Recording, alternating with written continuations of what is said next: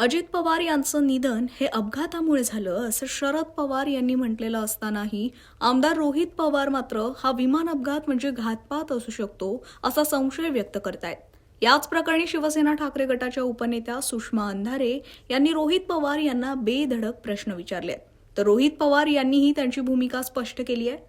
मराठी पत्रकार परिषदेच्या राज्यव्यापी अधिवेशनादरम्यान पार पडलेली रोहित पवार यांची ही मुलाखत सध्या चर्चेचा विषय ठरतेय. पवार कुटुंबामध्ये जो कुटुंब प्रमुखाचा शब्द आहे तो शब्द खालच्या लोकांनी कधीही दाबलला नाही किंवा तो शब्द ओलांडला नाही.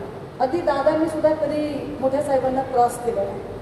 असं सगळं असताना दादांचं जाणं तर आमच्या सगळ्यांच्यासाठी धक्का होता.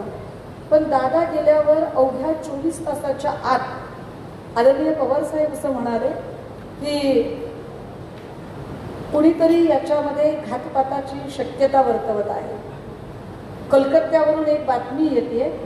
कलकत्त्यावरून म्हणताना त्यांचा ममता बॅनर्जी यांच्याकडेच रोख होता हे वेगळं सांगायची गरज नाही. कलकत्त्यावरून घातपाताची शंका व्यक्त केली जाते, मात्र तसं नाही. हा अपघातच आहे.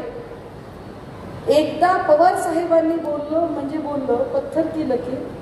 असं असताना सुद्धा अवघ्या 8व्या-9व्या दिवशी आपण मात्र हा अपघात नसून घातपात आहे असं म्हणाला. पवार साहेबांनी सांगितलेली ती लाईन ती क्रॉस करून आपण मांडताय हे कसं? 28 जानेवारीला सकाळी 8:45च्या आसपास ॲक्सिडेंट झाला. 9ला 10 मिनिटं नाही तर 5 मिनिटं असताना आम्हाला कळालं की आपले दादा हे आज आपल्यात नाहीत. हॉस्पिटलला आम्ही सर्वजण तिथे गेलो. पवारसाहेब तिथं आले. पवारसाहेब तिथं आल्यानंतर एक तर ते खूप भावनिक होते. अजितदादा 18 वयाचे असताना त्यांचे वडील वारले. त्यांना आणि श्रीनिवास काका म्हणजे त्यांचे बंधू या दोघांनाही मुलासारखं पवारसाहेबांनी आणि प्रतिभाजींनी वाढवलं. एक वेगळं नातं अजितदादांचं आणि साहेबांचं होतं. आणि दादा कितीही कडक दिसले तरी ते मवाळ आणि भावनिक होते. नंतर राजकारणात आले. पवारसाहेबांनी ताकद दिली. दादांचं कर्तृत्व मोठं होतं. स्वकर्तृत्वातून ते मोठे झाले. एक भावनिक नातं त्यांचं होतं. ठीक आहे, मध्ये 2-3 वर्ष वैचारिक लढाई ही होऊ शकते. वैचारिक लढाई ही झाली. पण कितीही आपण वडिलांबरोबर भांडलो, आईबरोबर भांडलो, आपल्या भावना आणि आपलं जे नातं असतं ते तर असतंच ना. त्यामुळे जेव्हा दादांचा हा ॲक्सिडेंटचा विषय त्यांच्यासमोर आला, तिथे आले आणि त्यांनी ते सगळं बघितलं तर पवारसाहेब भावनिक दृष्टिकोनातून खचले. पवारसाहेबांना खचलेलं कधीही बघितलेलं नाही. पण आपण ज्याला मुलगा मानत होतो, मुलासारखा होतो, त्याचं वय कमी असताना सुद्धा तो आपल्या समोर तिथं जर त्यांचं मृत्यूदेह पडला असेल, ठेवला असेल, तर हे कसं साहेबांना वाटलं असेल याचा विचार तुम्ही सर्वांनी केला पाहिजे. त्याच्यातच तिथं असणारे पोलीस डिपार्टमेंट पवारसाहेबांना आम्हाला भेटलं आणि त्यांनी विचारलं की अंत्यविधी आपण आज करणार आहात का उद्या करणार आहात. पार्थ पण तिथे होता. लाखो लोक हे अजितदादांचे फॅन होते. दादांचं अंतिम दर्शन त्यांना घ्यायचं होतं. पवार परिवाराने ठरवलं की त्या दिवशी संध्याकाळी आपण अंतिम दर्शनासाठी लोकांना संधी देऊ आणि दुसऱ्या दिवशी आपण अंत्यविधी करू. त्याच्यात आमच्याकडनं प्रश्न पोलीस डिपार्टमेंटला करण्यात आला. उद्या आपल्याला सोय करायची, कोणाला अडचण होऊ नये याची दक्षता त्या ठिकाणी घ्यायची.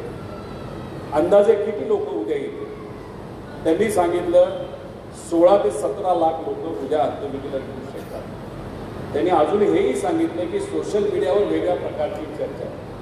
लोक चिडली आहेत, लोकांमध्ये नाराजगी आहे, लोक ॲलिगेशन करत आहेत, काही लोकांची नावं घेत आहेत.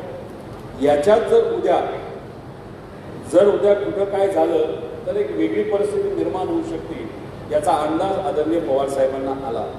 आणि उद्या समजा तुम्ही तिथे आला असता नाही तर आलाही असता, जर पवारसाहेबांनी वेगळं स्टेटमेंट दिलं असतं नाही तर स्टेटमेंटच दिलं नसतं आणि दुसऱ्या दिवशी भावनिक दृष्टिकोनातून प्रेमापोटी एका व्यक्तीने दगड मारला असता, धक्काबुक्की केली असते आणि चुकून दंगल झाली असते, तर शेवटी इजा सामान्य लोकांना झाली असती. त्या दृष्टिकोनातून पवार साहेबांनी 5-6 तासाच्या आतच त्यांनी ते स्टेटमेंट केलं. उद्या कुठंही काय चुकीचं होऊ नये. मी 13 दिवसानंतर बोललो, पुराव्यासकट तिथं बोललो. आणि आमच्या परिवारामध्ये असं कुठंच नाही की बाबांनो कुठं वरिष्ठांची परवानगी घ्यावी लागेल. आम्हाला आदेश एवढाच आहे, बोलत असताना पुराव्यासकट बोला, बोलत असताना लोकांबद्दल नाही कुठल्याही व्यक्तीबद्दल बोलत असताना आदरानेच बोला आणि कुठेही चुकीचं बोलू नका. त्यामुळे मी वेगळं काही केलं नाही. पुरावे होते, दादांसाठी मी लढत होतो. आणि नंतर तुम्ही बघितलं असेल पवार साहेबांनी पाठिंबा दिला, सुप्रियाताईंनी पण पाठिंबा दिला आणि अख्ख्या महाराष्ट्राने तिला पाठिंबा दिला. त्यामुळे पवार साहेबांचं असं कधी नव्हतं की मी एखादं स्टेटमेंट दिलं तर तू चुकीचं स्टेटमेंट आहे तर विरोधाभासाचं बोलू नको. पुरावा असेल तर तुम्ही बोलू शकता. एवढी लोकशाही आमच्या परिवारामध्ये, म्हणून आम्ही लोकशाही बरोबर त्या ठिकाणी असतो. आपण त्याचं दिलेलं स्पष्टीकरण हे निश्चित पटणारं आहे, कारण ती गर्दी आम्ही सगळ्यांनी अनुभवली, तो भावना वेगही आम्ही सगळ्यांनी अनुभवला. पण एवढी बारामती पक्की बांधलेली असताना, एवढा मोठा बारामतीचा गड आहे, पवारांचं सगळं साम्राज्य तिथे आहे, तुमच्या सगळ्यांचं बॉन्डिंग आहे आणि ते प्रचंड घट्ट आहे.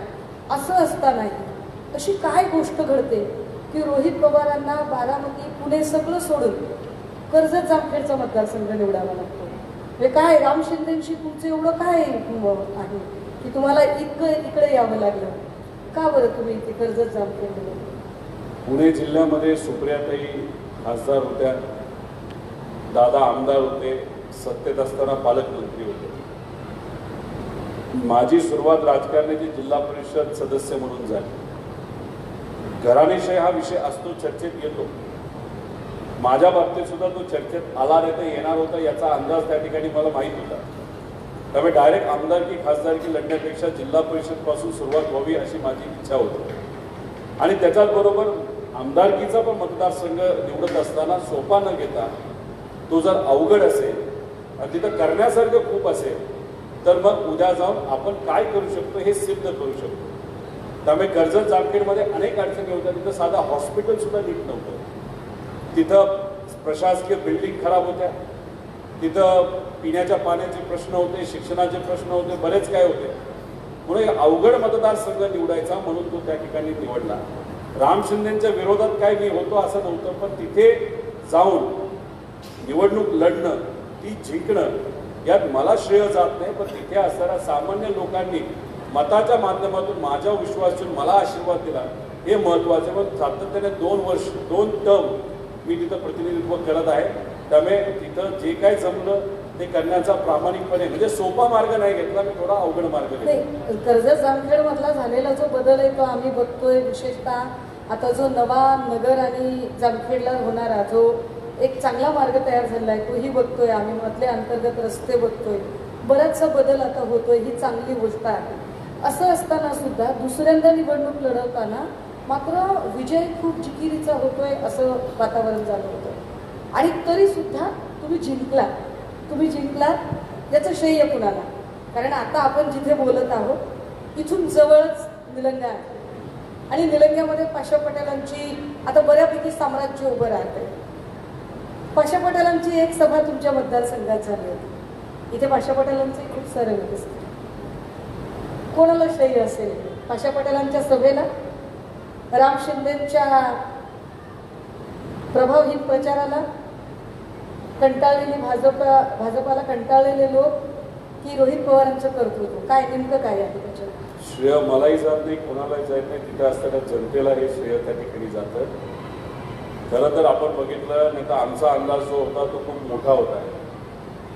10 आमदार आमचे निवडून आले, खासदार 8 निवडून आले. जे थोडक्यात नाही तर मोठ्या मताधिक्याने पडलेले जे आमचे उमेदवार होते त्यांच्याशी संवाद साधल्यानंतर, बोलल्यानंतर बाहेरून मतदार मोठ्या प्रमाणात आणण्यात आले होते. जातीवाद, धर्मवाद मोठ्या प्रमाणात केला गेला होता. RSSचा वापर करून कुठंतरी एक वेगळ्या प्रकारचा भेदभाव निर्माण करून विष पेरण्याचा प्रयत्न हा कार्यकर्त्यांच्या माध्यमातून केला गेला होता. आणि अचानक काहीच आपल्या हातात नाही, मग लाडकी बहीण योजना आणून त्याच्यातून ॲडव्हान्समध्ये 4,500 रुपये, 6,000 रुपये घरामध्ये समजा 2 महिला असतील 3-3 महिन्याचा ॲडव्हान्स हा दिला गेला. आता महिना होऊन सुद्धा पैसे मिळत नाही, पण त्यावेळेस ॲडव्हान्समध्ये दिला गेला. त्यामुळे या सगळ्या गोष्टींचा प्रभाव झाला. त्यामुळे जी अपेक्षा होती त्या लेवलला त्या ठिकाणी झालं नाही. काही प्रमाणात मतदार याद्यांमध्ये घोळ झालेला आपल्याला माहिती. म्हणजे एवढं सगळं करून सुद्धा मी थोडक्यात का होईना मताने निवडून आलेलो आहे.